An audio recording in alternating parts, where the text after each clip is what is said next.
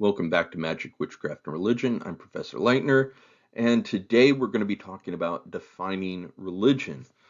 What will constitute a good definition, and how should we go about doing that? So, without further ado, let's get started. The difficulty of defining religion is that we have to keep two main things in mind. The first is that we have to make our definitions operant. That is, they need to be measurable and observable. Otherwise, they're of very little use. Secondly, we have to avoid ethnocentrism. As an example of this, we can take this quote from Talal Asad in Genealogies of Religion. There cannot be a universal definition of religion, not only because its constituent elements and relationships are historically specific, but because that definition itself is the historical product of discursive processes. What he means by this is that the category of religion as a thing separate from other domains of your life is a relatively recent phenomenon. At one point, religious life penetrated every aspect of your public life as well. By the 17th century, the church starts to lose the power to draw these lines and say, we encompass everything. And political power and economic power start to shift from the church to the nation state. And it is at that point that we see the emergence of this notion of a secular domain, a secular area of life, an area of life without religious content and implication. And this has two effects. Religion became both universal at that point. It became treated as a part of every human being's life, but it also was intensely individualized at the same time. The expression of religion became an individual matter. So, it's in this way that religion comes to be seen as its own category. Now that, of course, presents problems, because if we're making a category of religion, a definition of religion, and it turns out that it's also kind of historically contingent in our own society, we have to consider the implications for that. Another example of this is that not all religious concepts that we assume are parts of religion are universal. Take belief, for instance. We take belief in the context of religion oftentimes to mean the positing the existence of particular supernatural entities. However, this is not true everywhere. Rodney Needham, for instance, observes that to the newer, there is a God would be a pointless remark. God's existence is taken for granted by everybody. Consequently, when we say, as we can do, that all newer have faith in God, the word faith must be understood in the Old Testament sense of trust, and not in the modern sense of belief, which the concept came to have under Greek and Latin influences. There is, in any case, I think, no word in the newer language which could stand for I believe. This seems like a pretty serious obstacle, because I think the first word that comes to mind when people talk about religion is belief. So what does it mean that we have to consider that certain concepts may not even be present in other societies? How do we accommodate that into our definition of religion? These issues are not insurmountable. However, it does require us to use contingent definitions. We need to define religion, but we mustn't mistake our definition for a single universal category. And at the same time, our definitions have to be flexible enough to accommodate a range of cultural expression.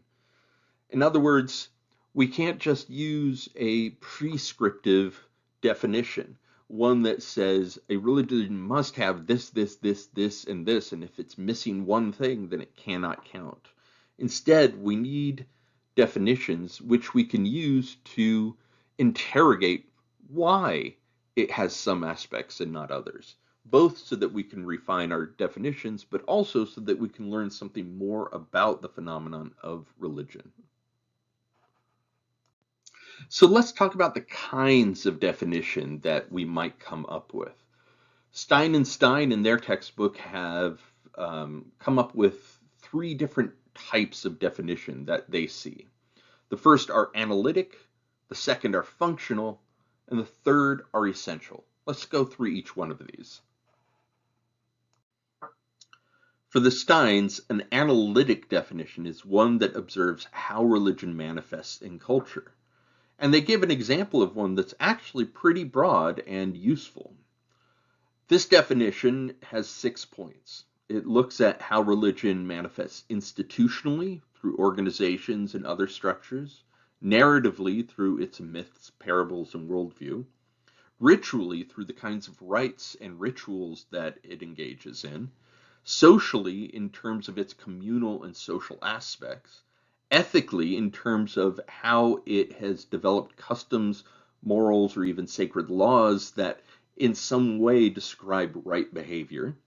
And finally, experientially, what are the sacred experiences that are encountered? Altered states, either through drugs or trance repetitive movements, prayer, and other experiences of realities and phenomena that seem beyond the ordinary, beyond the everyday. So an analytic definition is going to be pointing to things, behaviors, tropes, structures, etc., all of which can be directly observed and analyzed. The pro of this approach, it makes things observable and analyzable. It focuses on the things we can see and describe. The con, it can unfortunately lead to a laundry list-like approach to religion that ignores the complexity that ties all of those things together. For the Steins, a functional definition is one that describes the religion's purpose or role in that society. Classic example of this is the definition Emil Durkheim gives in the Elementary Forms of Religious Life. For him, a religion is a unified system of symbols and practices relative to sacred things, that is to say, things set apart and forbidden, beliefs and practices which unite into one single moral community called a church, all those who adhere to them. The second element thus holds a place in my definition that is no less essential than the first. In showing that the idea of religion is inseparable from the idea of a church, it conveys the notion that religion must be an eminently collective thing. For Durkheim, religion's purpose, its role, its function, is to keep the collective together, to reinforce the social bonds and the points of view that tie people together and make them a community. Others have given functional definitions that surround other types of purpose. However, they usually revolve around either social or psychological effects and almost always focus on concepts like social cohesion or the relief of distress, either for the individual or the group. The pros of such an approach are that it focuses on religion as a kind of social action, like what is religion actually doing, and it connects religious behavior to human needs. The con is that, first of all, it can be overly restrictive. Secondly, it ignores other functions or religious behavior that adapts and changes to have different functions. And finally, it may overemphasize the cohesive and therapeutic role of religion while ignoring or underplaying the social division and anxiety that religion can cause. An essentialist definition is asking what is at the root, what is the most essential part of religion that we can identify. And there are many, many possibilities for this. People have identified supernatural elements, sacred elements, the presence of ritual, and so forth. One of the issues with this kind of approach is oftentimes seemingly the most essential aspects to our definitions of religion aren't always universal. For instance, the concept that religion requires supernaturalism. Well, not all people believe in a strict separation of the natural world and the supernatural world. The word supernatural itself presumes that division. In addition, not all religious phenomena are thought to be supernatural. Many religions at this point consider their creation stories as metaphors, not as literal supernatural events. This is particularly true in Judaism and some branches of Islam and Christianity. Not all supernatural phenomena are thought to be religious. Think of fairy tales. There are lots of supernatural phenomena in those fairy tales, but they don't really seem to fit our sense of what religion might be. Certainly, some folklore is religious, but not all of it is. The author of our textbook gives us a definition that she considers something of a compromise. We use the term religion to refer to a system of beliefs, symbols, and practices that have at least some supernatural elements. These systems often impact the way members of a culture understand reality and shape people's lived experiences, behaviors, and attitudes. Now, on the one hand, there's some very analytic aspects to this definition.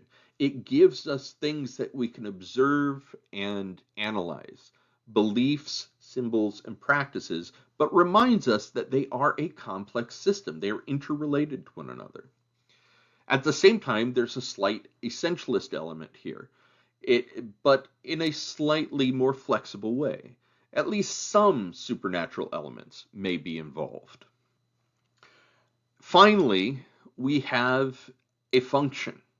That is, it impacts the way members of culture understand reality and shape people's lived experiences, behaviors, and attitudes. In other words, its function is to be the lens through which we experience and behave in the world. So altogether, this is a very interesting and very flexible and very usable definition, and the one that we'll be using from here on out. A few final thoughts. We need to be careful not to let our own assumptions about categories in ethnocentrism to influence our definitions. How we use our definitions should be discursive, not prescriptive or proscriptive. In other words, we should be using them to engage with the things we are defining. How things don't fit our definitions is equally as important to understanding them as how they do. And finally, this approach allows us to broaden our approach to religion and religious behavior while remaining grounded. In other words, we can stretch our definitions without breaking them. That's all for now. And until next time, have a great week, and I'll see you soon.